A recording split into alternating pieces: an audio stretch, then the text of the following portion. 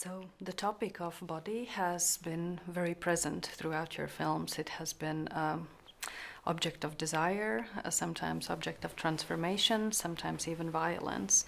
And I was wondering, how have that changed throughout the years, taking into consideration how social views of the body keep evolving through time? Oh, wow, that's an incredible question. Deserves a long conversation. Definitely I am interested in the body. I grew up watching films by David Cronenberg, who I love and I think is one of the great masters. And he taught me that the centrality of the body is crucial to the acknowledgement and understanding of what we go through as people and as human beings. But even if you think of like Hitchcock or a movie like Jean Renoir, where you see the way in which bodies can glide on surfaces or be torn apart. It is important that the centrality of the body in film reflect the evolution of social mores. I don't know.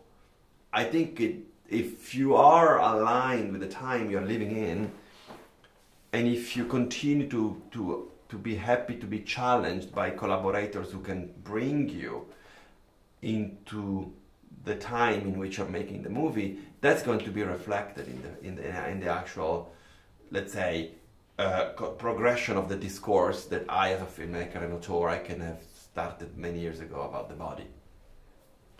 But I think it's more about the influence that I have through my beautiful collaborators and my capacity or interest and willfulness to be alert and see around myself.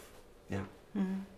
And continuing about topic of seeing around and the other, in After the Hunt, very prevalent is the question of the other in philosophical terms. I was especially attracted to it, how we see ourselves through eyes of others, and I was wondering how, in your view, has this changed nowadays, when we're living in this constant need of frantic social media validation? I think that frantic social media validation that you're describing, it's the opposite of the quest for being recognized in the gaze of the other.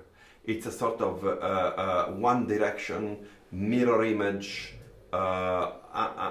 unfruitful environment where there is not the other.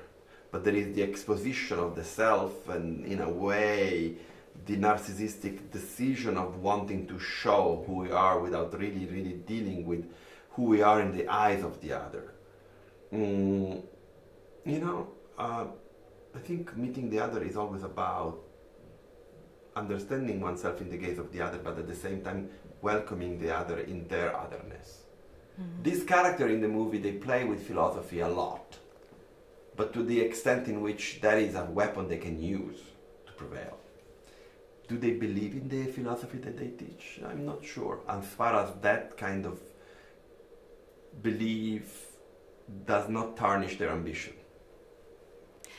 Another very important topic is this generational anger, which lingers all throughout the film. They're all angry, these characters.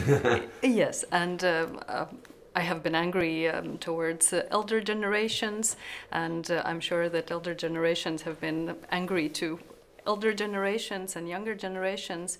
Do you often experience generational anger as person? No, I have amazing relationships with different generations.